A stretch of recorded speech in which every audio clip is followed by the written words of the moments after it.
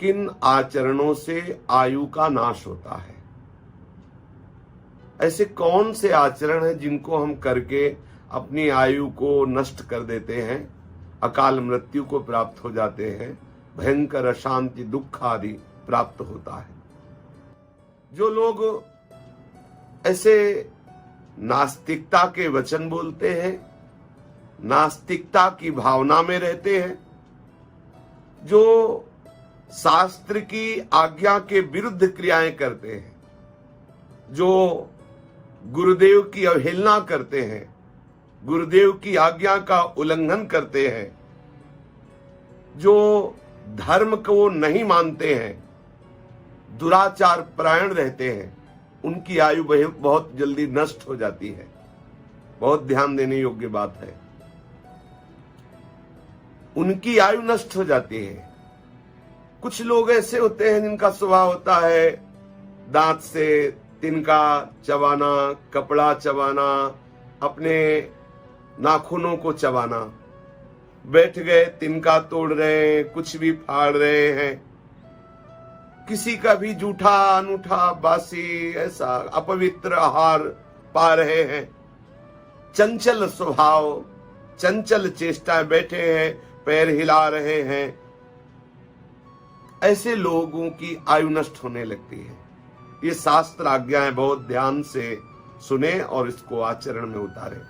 शास्त्र आज्ञा कर रहा है, जो संध्या काल में भोजन करते हैं, संध्या काल में मैथुन करते हैं, संध्या काल में सोते रहते हैं, उनकी आयु क्षीण हो जाती है। बहुत सावधानी पूर्वक हमें जीवन व्यतीत करना है। शास्त्र आज्ञा कर रहा है कि जो सायंकाल में शयन करता है, संध्या काल में प्रातः मध्याह्न सायं, ये संध्या काल में शयन करता है, भोजन करता है, मैथुन करता है, व्यर्थ का भाषण, व्यर्थ की चेष्टाएं करता है, उसकी आयु नष्ट हो जाती है। जो संध्या काल में देव आराधन, हरि आराधन, भगवत चिंतन, मंगल विधान करता है, वो अपनी आयु को बढ़ाता है, लोक परलोक में सुख को प्राप्त करता है। इसलिए ब्रह्म मुहूर्त में सबको उठ जाना चाहिए, शयन नहीं करना चाहिए। जो ग्रहण के समय में, मध्याह्न के समय में ग्रहण पड़ रहा है और आप सूर्य की तरफ देख रहे हैं, ठीक मध्याह्न का समय सूर्य की तरफ देख रहे हैं, आप सूर्य की तरफ खड़े होकर लघुशंका कर रहे हैं या सूर्य की तरफ लघुशंका कर रहे हैं, सूर्य की तरफ थूक रहे हैं, इससे आपकी आयु नष्ट हो जाएगी। जो पुरुष काम भाव से व्याकुल हो करके किसी भी वर्ण की स्त्री के साथ भोग करता है, छल करके भोग करता है, जबरदस्ती बलात्कार की भावना से युक्त होकर ऐसा, तो यहां शास्त्र कहता है कि उसकी आयु नष्ट हो जाती है। जो पराई स्त्री का भोग करते हैं, अन्य वर्ण की स्त्रियों से भोग करते हैं, जो जबरदस्ती ऐसे भावना से भोग करते हैं, उनके आयु का नाश हो जाता है।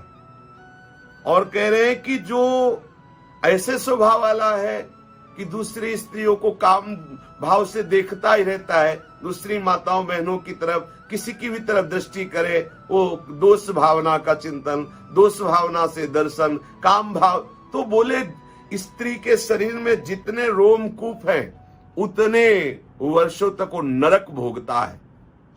और यदि संत वैष्णव ब्रह्म ऋषि गुरुजन पधार रहे और आप अभिमान पूर्वक ना उनकी अभ्यर्थना की, ना उनको मार्ग दिया और अकड़े खड़े रहे, तो आपकी आयु नष्ट हो जाएगी।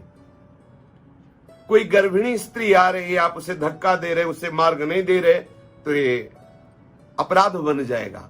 कोई दुर्बल है, वयोवृद्ध है, कोई भार लिए हुए है, आप उसे मार्ग नहीं देते, आप उसे पीड़ा पहुंचाते हैं, तो आपकी आयु नष्ट हो जाएगी। दूसरों के पहने हुए वस्त्र, दूसरों के पहने हुए पादुका जूते, ये केवल गुरुजनों की प्रसादी शिष्य या भगवत प्रसादी धारण कर सकता है भक्त। अन्य दूसरों के पहने हुए कपड़े नहीं पहनना चाहिए, अन्य दूसरों के पहने हुए पादुकाएं नहीं पहनना चाहिए। और अमावस्या पूर्णिमा, चतुर्दशी, अष्टमी, एकादशी आदि तिथि को गृहस्थ को भी समागम नहीं करना, स्त्री समागम नहीं करना चाहिए, स्त्री सहवास नहीं करना चाहिए, ब्रह्मचर्य से रहना चाहिए। जो अमावस्या को, पूर्णिमा को, चतुर्दशी को, अष्टमी को, एकादशी को स्त्री समागम करता है तो उसकी आयु नष्ट हो जाती है। दूसरों के हृदय को बेधे ऐसे कभी वचन न बोले, क्रूरता पूर्वक कोई क्रिया न करे जिससे किसी को नीचा देखना पड़े, ऐसी आप चेष्टा न करें। आप रुखाई भरे वचन, दूसरों को उद्वेग देने वाले वचन, दूसरों को मर्म पहुंचाने वाले वचन ऐसे कभी न बोले, नहीं तो आपकी आयु नष्ट हो जाएगी। बाणों से शरीर जैसे बिंध जाए या किसी अस्त्र से शरीर कट जाए तो औषधि लगाने से उसे भरा जा सकता है, लेकिन जब दुर्वचन रूपी बाण से किसी के हृदय को बेध दिया जाता है तो बहुत उसे कष्ट होता है। इसलिए शास्त्र आज्ञा करता है कभी ऐसे वचन मत बोलो कि किसी के मर्म स्थान को जाकर दुखावे, किसी का हृदय दुखे, ऐसे वचन मत बोलो, इससे तुम्हारी आयु क्षीण हो जाएगी। ऐसे कटु वचन, ऐसे दुर्वचन, ऐसे परुख वचन जिससे दूसरे का हृदय छलनी हो जाए, ऐसा कभी ना बोलो। यदि कोई अंधा है, कोई लंगड़ा है, निंदित रूप वाला है, निर्बल है, अंग ऐसे उसके बिगड़े हुए हैं, कुरूप है, ऐसे लोगों से बहुत प्यार से बात करो, उनका उपहास मत करो। यदि उनका उपहास करते तो आपकी आयु नष्ट हो जाएगी, आपके सुकृत नष्ट हो जाएंगे। उनको बहुत प्यार दो। उनके ऐसे कर्म जो उनको ऐसा रूप मिला, ऐसा अंग विहीन हुए, ऐसा कष्टप्रद जीवन मिला, आपको नहीं बोलना, उनका उपहास नहीं करना। उनको ऐसे वचनों से, ऐसी क्रियाओं से हमें नहीं दुख पहुंचाना जिससे उनको हृदय में बहुत दुख लगे कि हाय मैं ऐसा हूं, देखो ये ऐसा उपहास करते हैं, उससे आपकी आयु नष्ट हो जाएगी। दूसरों के दोष देखने के लिए शास्त्र निषेध करता है। पिता अपने पुत्र के दोष देख सकता है, गुरु अपने शिष्य के दोष देख करके उसे निर्दोष बनाने के लिए दंड देता है। जब आप मल त्याग कर रहे हो शौच में, शौचालय में, जब आप मूत्र त्याग कर रहे हो तो मौन रहिए। अगर आप ऐसा नहीं करते तो आपकी आयु नष्ट हो जाएगी। मलमूत्र त्याग करते समय जो बात करते हैं, मलमूत्र त्याग के बाद जो पवित्र नहीं होते हैं, ऐसे ही अपवित्र बने रहते हैं, उनकी आयु नष्ट हो जाती है। शास्त्र आज्ञा करता है कि आप शौचालय में शौच होने के बाद पवित्र होइए, आचमन कीजिए, पवित्र होकर फिर वस्त्र धारण कीजिए। लघुशंका गए हैं तो आप पवित्र होइए, हाथ धोइए, आचमन कीजिए और शौच लघुशंका के समय मौन रहिए। जब आप भोजन पाने जाए तो हाथ पैर मुख धो करके भगवत चिंतन करते हुए भोजन पाए, नहीं तो आपकी आयु क्षीण हो जाएगी। शास्त्र आज्ञा कर रहा है कि जो सूर्योदय होने के पहले तक सोते रहते हैं, भाई सूर्योदय हुआ और उसके आप शयन कर रहे हैं, पहले उठ करके आप स्नान शौच आदि नहीं कर रहे हैं, तो आपको इस बात का प्रायश्चित करना चाहिए।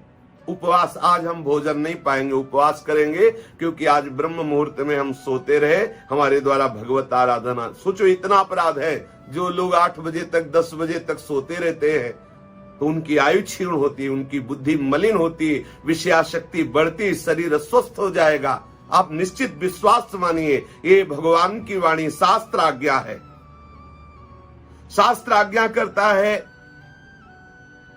कि आप बिना स्नान किए देव मंदिर में जाना, बिना स्नान किए आप जो देव कार्य हैं उनको करना, ये सब नहीं। शास्त्र आज्ञा कर रहा है जैसे खेती है, बहुत सुंदर अन्न है, उसमें खड़े खड़े लघुशंका करना, शौच करना। जैसे पीपल का वृक्ष है, आप उसके नीचे थूकना, लघुशंका करना, मल त्याग करना। जैसे देवालय है, मंदिर है, उसके समीप शौच करना, लघुशंका करना, इन स्थानों में ऐसा करने से आपकी आयु नष्ट हो जाएगी, आपका अमंगल हो जाएगा। इसलिए ऐसी जगह ना करें। इसलिए हमारी आयु बढ़े, हम स्वस्थ रहें और निरंतर आनंद पूर्वक जीवन कटे, भगवत चिंतन पूर्वक। इसलिए हम शास्त्र आज्ञा के अनुसार आचरण करें। शेष चर्चा आगे। श्री राधा वल्लभ लाल की जय। निश्चित रूप से आपने इस गंभीर प्रश्न का उत्तर जान लिया कि किन कर्मों से उम्र कम हो जाती है। जैसा कि पूज्य महाराज जी ने बताया कि जो लोग गुरु की अवज्ञा, शास्त्र की अवहेलना तथा धर्म परायण नहीं होते हैं और हमेशा दुराचार में ही तल्लीन होते हैं, ऐसे लोग अकाल मृत्यु को प्राप्त कर जाते हैं। इसलिए आपसे निवेदन है कि इन सब कर्मों से बचिए और जीवन को सार्थक बनाइए। जय श्री राधा वल्लभ।